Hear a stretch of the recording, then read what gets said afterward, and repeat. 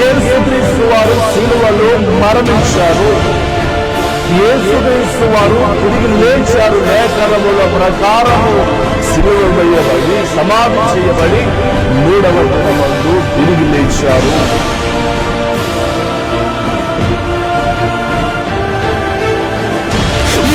జీవించబడడానికి, ఒక స్థితిలో ఉండడానికి, ఈ రోజు నువ్వు క్షమించబడడానికి, ఈ రోజు ఒక ఉన్నతమైన స్థితిలో ఉండడానికి కారకుడు సజీవుడైన క్రీస్తే.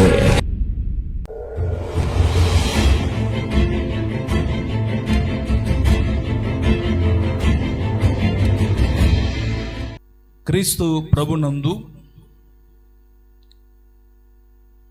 దేవుని పిల్లలారా, కొద్ది నిమిషాలు వాక్యాన్ని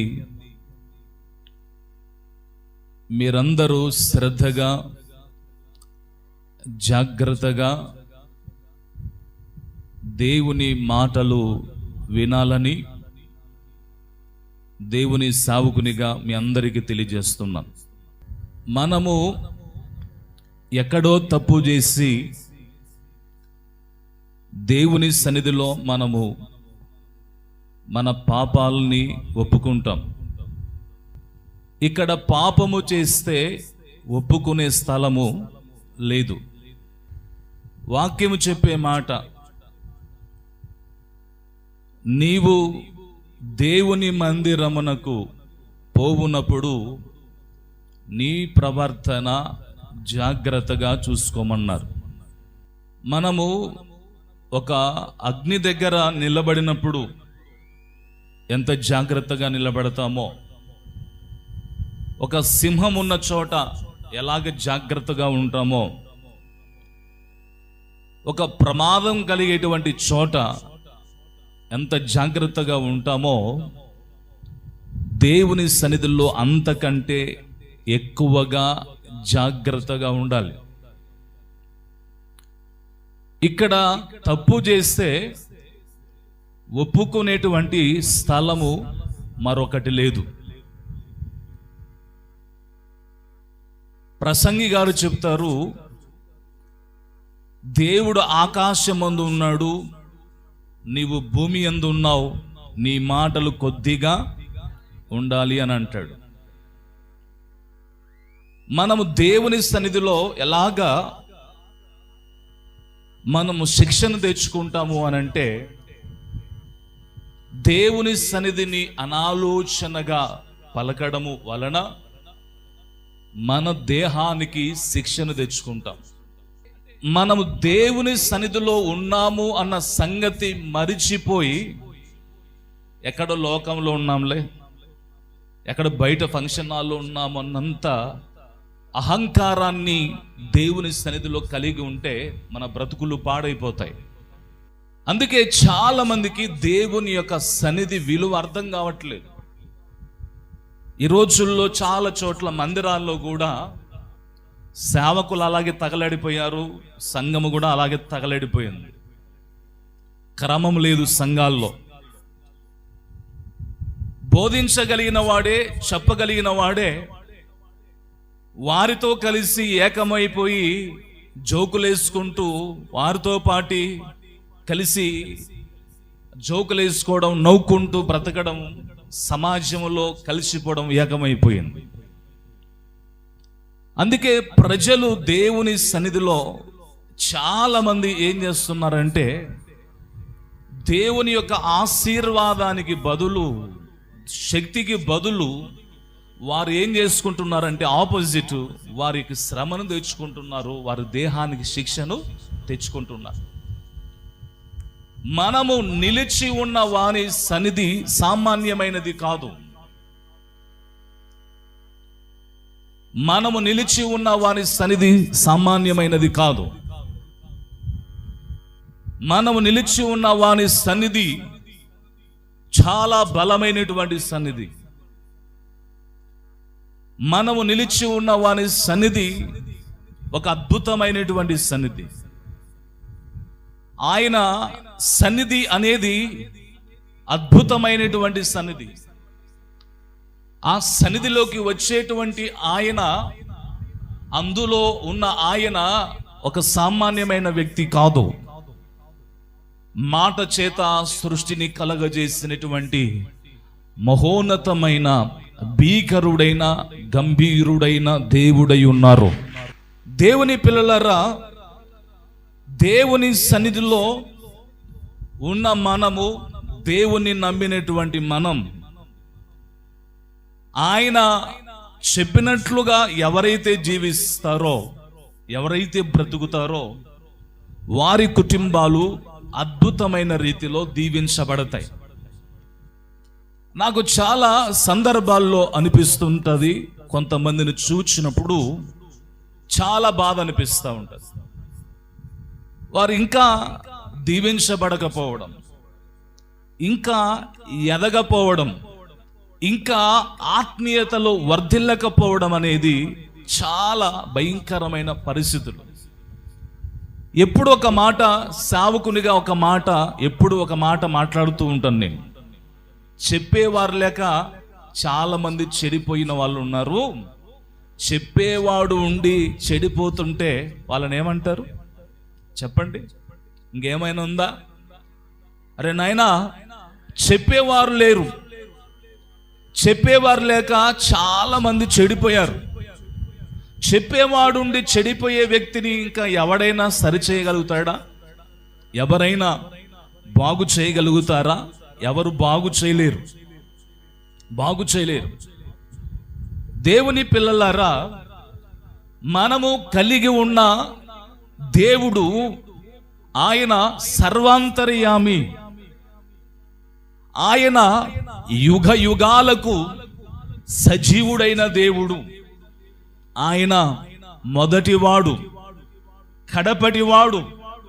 మృతుడయ్యాడు కానీ సజీవుడై యుగ యుగములకు సజీవుడై ఉన్న గొప్ప దేవుడై ఉన్నారు.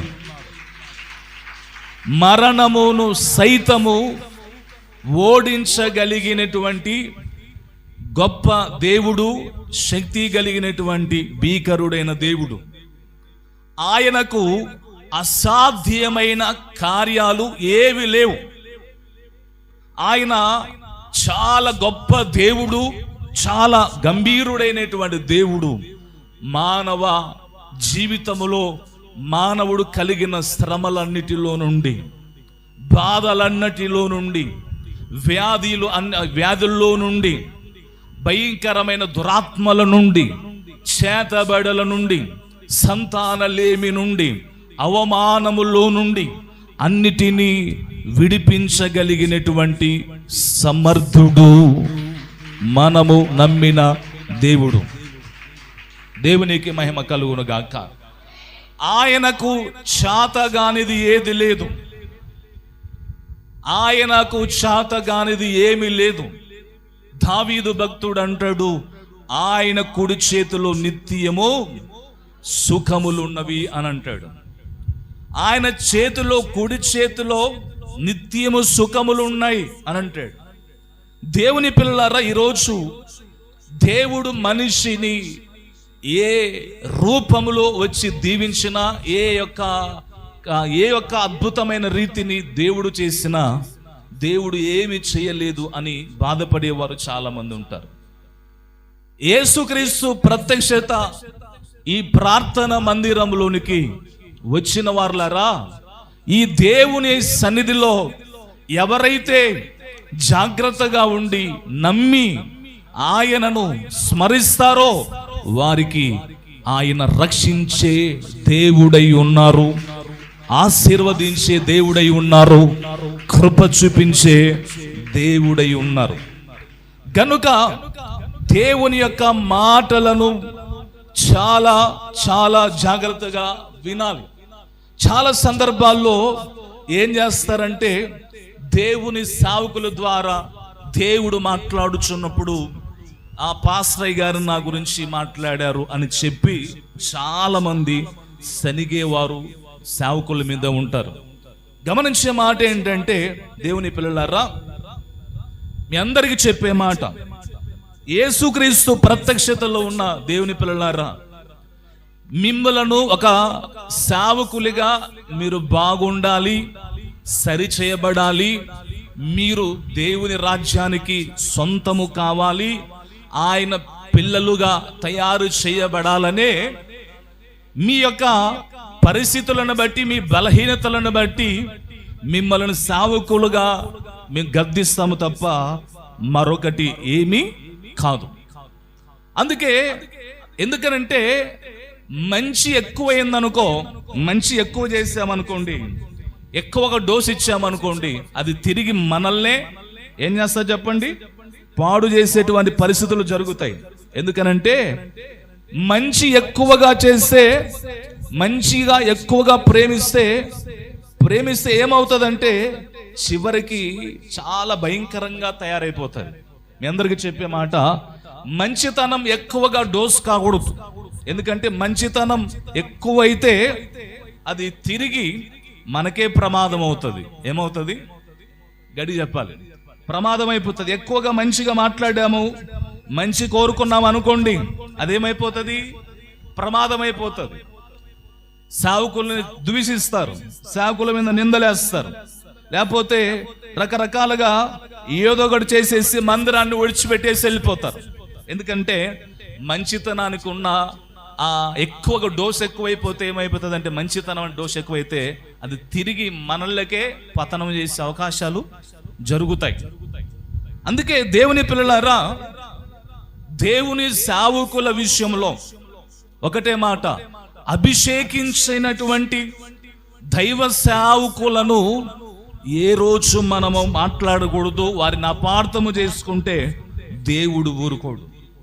గుర్తుపెట్టుకోండి, అభిషేకించినటువంటి సేవకులను ఎవరైతే అపార్థము చేసుకుంటారో దేవుడు వారిని ఊరుకోడు. బైబిల్లో ఒక మాట రాయబడింది, ఆ వచనాన్ని చెప్పుకొని ముందుకు వెళ్ళిపోదాం. కీర్తన 105వ కీర్తన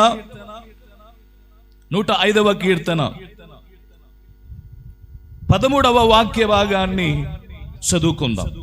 13వ వాక్య భాగం, నేను అభిషేకించిన వానిని ముట్టకూడదనియు, నా ప్రవక్తలకు కీడు చేయకూడదనియు ఆయన ఆజ్ఞ ఇచ్చి, ఆయన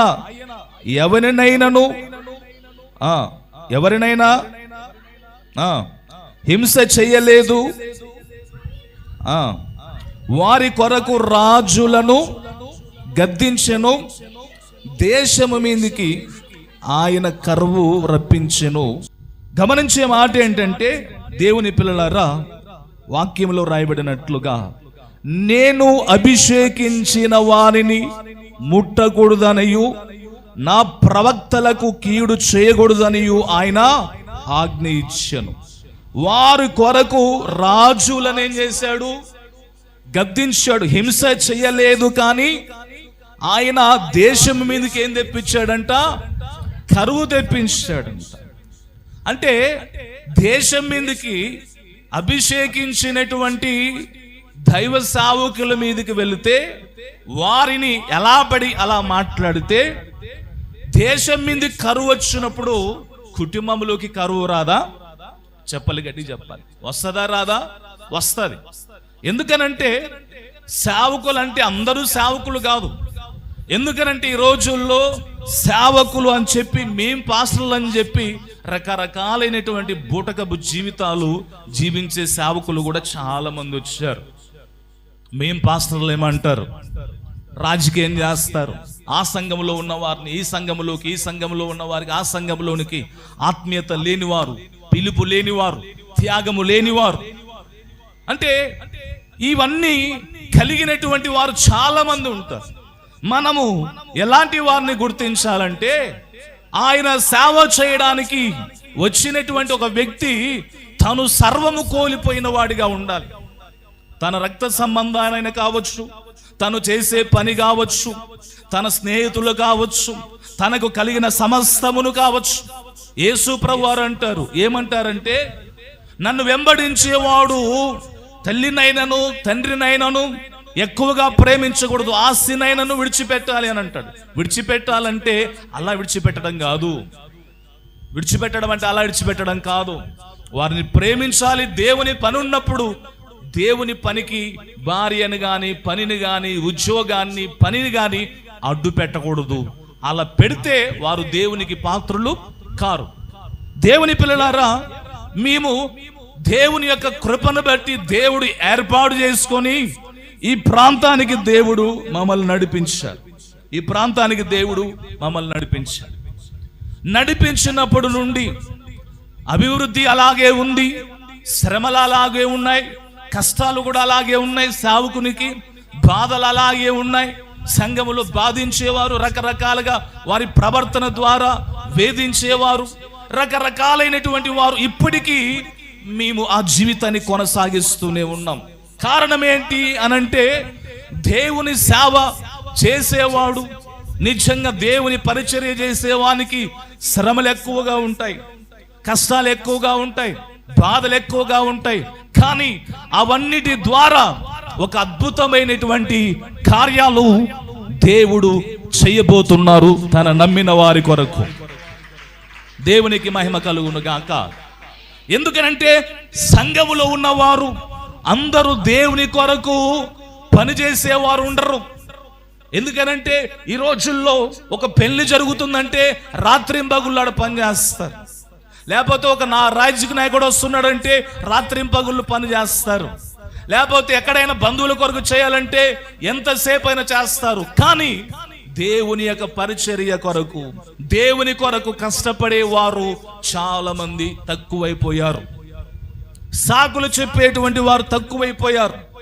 దేవుని పిల్లలారా, ఈరోజు జాగ్రత్తగా వాక్యాన్ని వినాలి.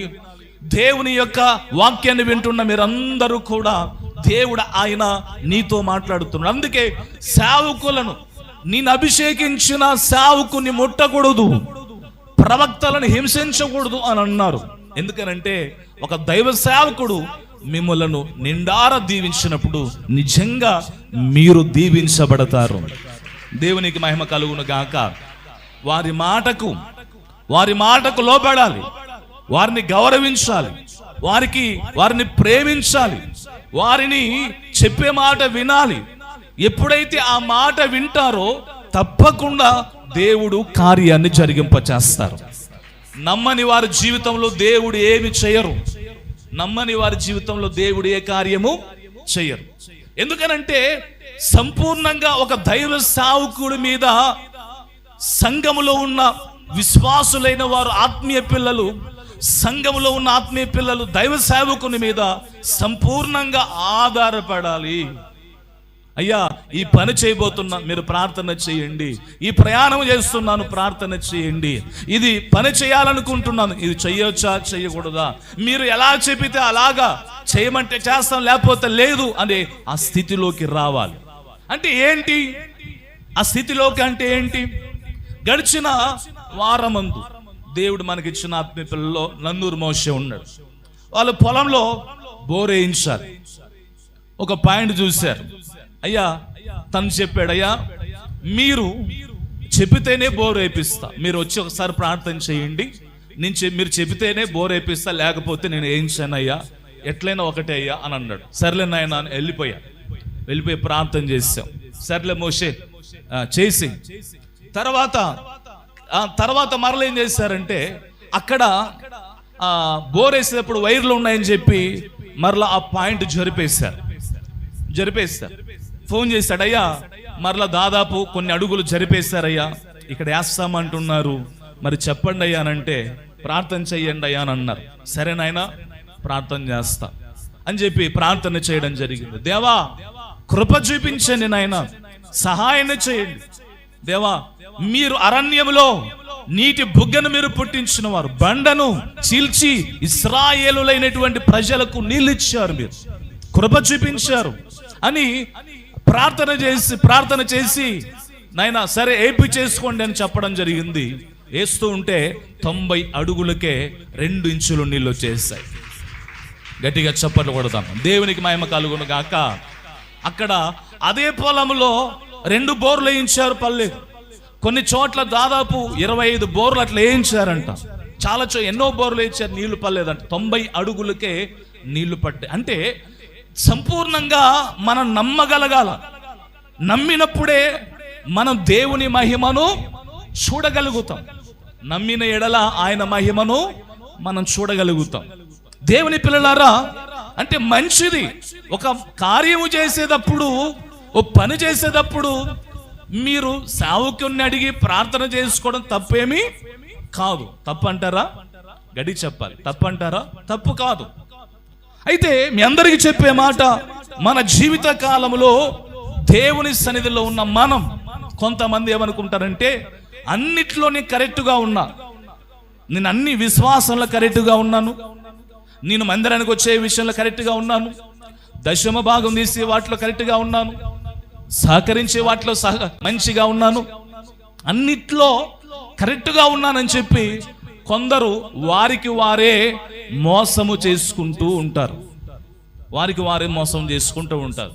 ఎవరో మోసం చేయాల్సిన అవసరత లేదు. నిన్ను నువ్వే మోసం చేసుకుంటావు.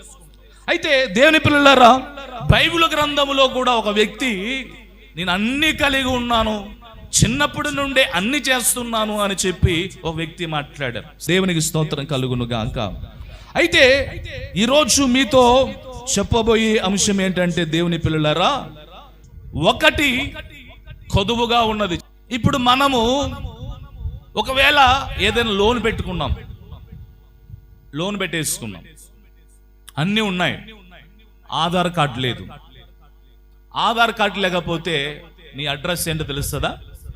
చెప్పాలి. ఆధార్ కార్డు లేదు, అన్నీ ఉన్నాయి.